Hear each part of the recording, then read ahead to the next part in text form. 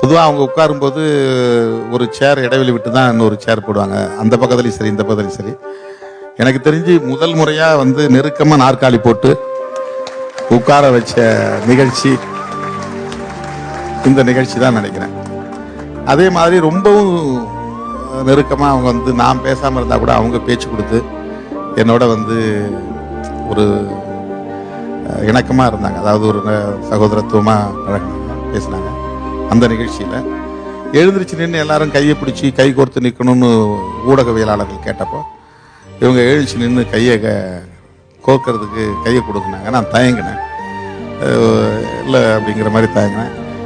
வலுவாக என் கையை பிடிச்சி தூக்குனாங்க. நட்புக்கு உரிய மதிப்பு அளிக்கக்கூடியவங்க. நான் வந்து கூட்டணி விட்டு வெளியே போகும்போது அவங்க சொன்ன வார்த்தை ரொம்ப முக்கியமாக மனசில் அப்பப்போ எனக்கு தோணும்.